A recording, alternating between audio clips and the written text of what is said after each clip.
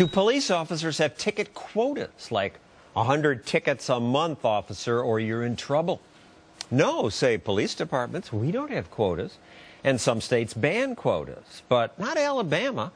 And the town of Auburn, officers were told that they had to write 100 tickets every month. If they didn't, they'd be in trouble.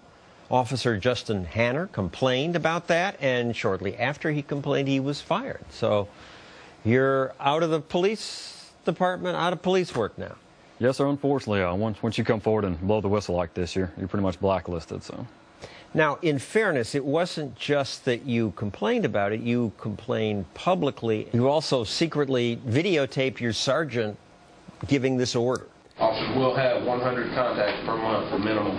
Do not be the one that does not get 100. You did this because they were just lying and saying, we're not going to admit this? Yes, sir. They'll say in writing, in their public policy where everybody can read, that we won't have quotas. We'll stress quality over quantity, but in these closed-door meetings... They still say that. The Auburn city manager told us, we would never implement a quota. We think they're bad practice, and wouldn't do it for money because it costs us more money to write tickets than we take in. That's what they claim. Police officers are paid from the taxes we're taking in, and the chief says we get $34 a ticket. In 2011, we wrote 27,000 tickets. That's $800,000 that the city's bringing in. So I don't know where these hidden costs are, but I don't see how they're losing money. I could see why a police department would say, we need quotas, otherwise you guys are just going to sleep in the car, goof off. Well, that's what they say, but it's counterproductive. One, you become a reactive police force. You sit in speed traps all day, not patrolling the neighborhoods, not deterring crime, and then once a crime happens, you show up after the fact, take a report, file it, then go back to writing tickets. Nobody's patrolling the neighborhood to detect and deter it. The worst part of this is you say there are unintended consequences on innocent people.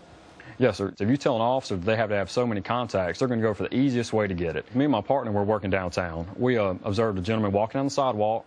He had a little uneasy balance, so we think we need to contact him, make sure he's okay.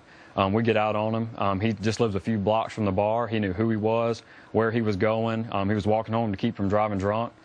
He showed us his identification, completely cooperated, and we determined that he was no threat to himself or the public and that he wasn't being a public nuisance, so we let him go.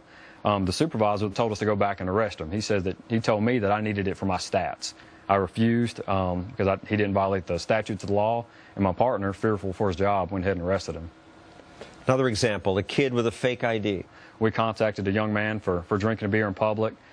He turned out to have a fake ID, be underage. What I did was write him what's called a non-traffic citation. The same supervisor comes up and says, you have to arrest him for liability purposes. If you write him that ticket and he goes off and gets more drunk and he's got that ticket in his pocket and he gets hurt, they could sue you. So you need to go ahead and take him to jail, and that way you're covered legally. Some police officers talk about, I wrote him up for a POP. What's that? What they're saying is they charge him for pissing off the police. And yet a few cities have explicit quotas. In Woodlawn, Ohio, they don't deny it's a moneymaker. They tell the staff it'll generate $200,000 a year.